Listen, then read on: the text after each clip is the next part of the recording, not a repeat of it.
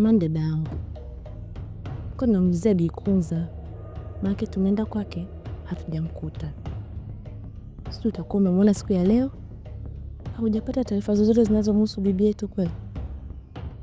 Maana tuna muda tujamuona na tumekuta mazingira yako tofauti. Kwangu mimi sina taarifa zozote kuhusu bibi yenu. Labda nyie kama mna taarifa zake, naombeni mnijuze. Dada, si hatuna taarifa zozote. Ila sawa, tunashukuru kwa ushirikiano wako. Mimi nina wazo.